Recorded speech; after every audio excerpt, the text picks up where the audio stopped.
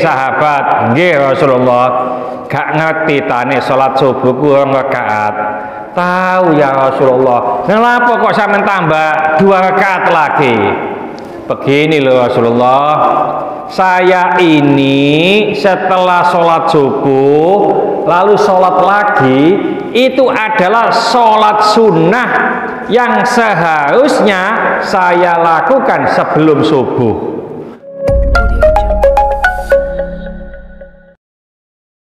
Assalamualaikum warahmatullahi wabarakatuh.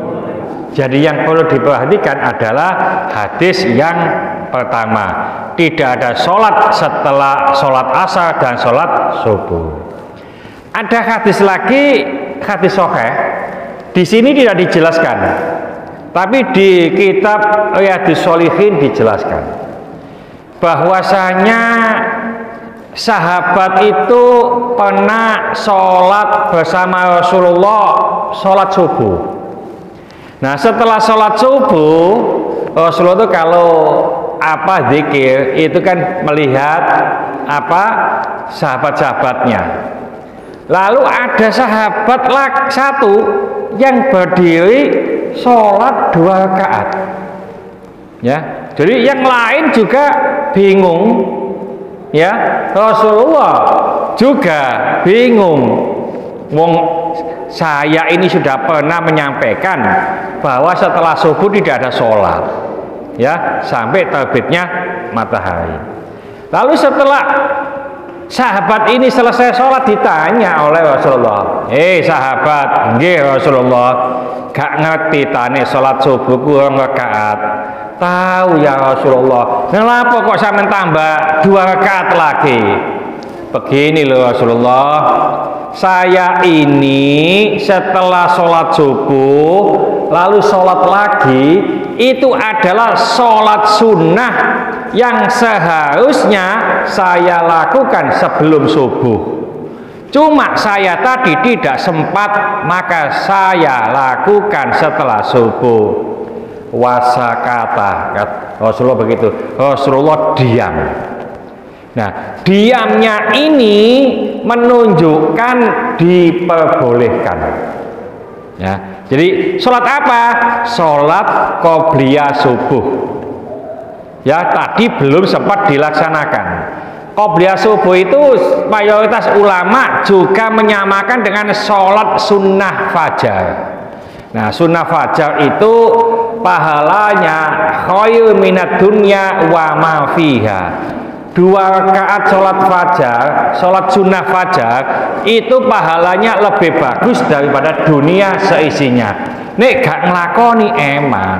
Nah, para ulama memberikan syarat, orang yang tidak melakukan qobliyah subuh atau sholat sunnah fajar lalu dilakukan setelah sholat subuh, pertama, syaratnya orang ini selalu melaksanakan sholat qobliyah subuh, tidak pernah tidak. Ya, yang kedua, orang ini tidak punya kesempatan. Contoh, ya, subuhnya sekarang kan jam 4.15 katakanlah begitu. Jam 4.15, jam 4 itu sudah bangun, Pak. Ya, sudah bangun lalu ke masjid, lalu belum sampai di masjid perutnya sakit, lalu ke kamar mandi. Loh, di kamar mandi lama, ya, karena malamnya itu makan sate, gulai, rujak, soto, rawon, kabeh dimakan pokoknya. Ya, kalau makan dikai, ya, apa-apa dipangan pokoknya. Ya, jadi sandal tok aja pangan, ya, ono abai, ya. Jadi sampai komat, dia nggak sempat sholat qobliyah subuh. Maka orang yang demikian ini diperkenankan.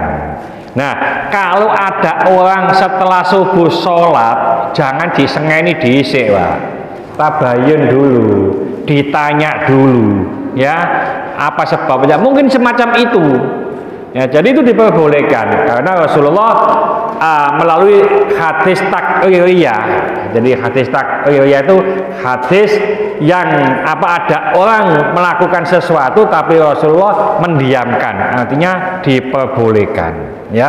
Itu kalau ada orang sholat semacam itu. Ada lagi di beberapa kitab, mungkin insya Allah di kitab Fathul Mu'in, Fathul Qarib itu juga ada. Sholat setelah subuh, setelah asar, sholat sunnah itu ada yang diperbolehkan, ya. Apa saja? Yaitu sholat sunnah yang didahului oleh sebab, ya. Jadi ada penyebabnya. Contoh kalau di beberapa kitab itu ngapunten di mazhab Syafi'i itu sholat tahiyat masjid.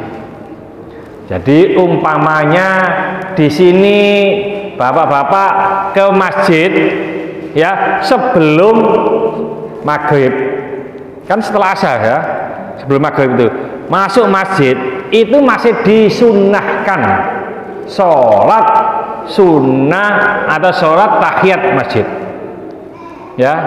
Jadi setelah subuh, umpamanya setelah sholat subuh ada kajian, bapak-bapak nggak sempat sholat subuh di musola di masjid, ya, lalu sholat di rumah, datang ke masjid, sholat tahiyat masjid setelah subuh itu boleh, ya. Lalu sholat istisqa, ya, ini juga boleh karena ada penyebab yang mendahului. Jangan terbalik, Pak, ya.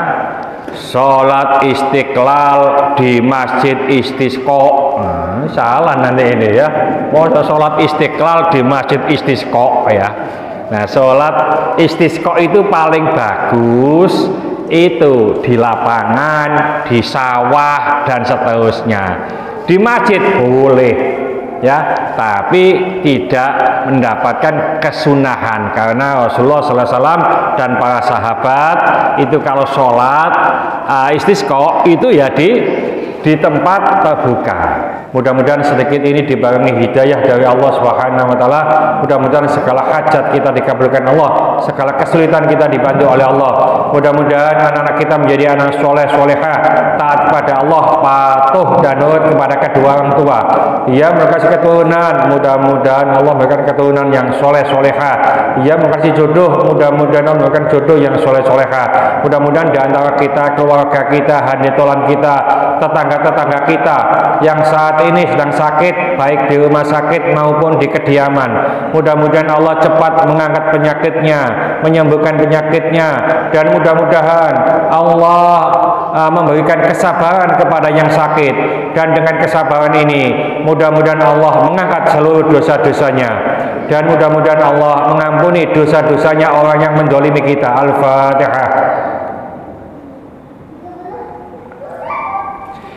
Bismillahirrahmanirrahim. Wal asri innal insana lafi khusrin illa alladziina amanu wa 'amilus sholihati wa tawashaw bil haqqi wa tawashaw bis sabr.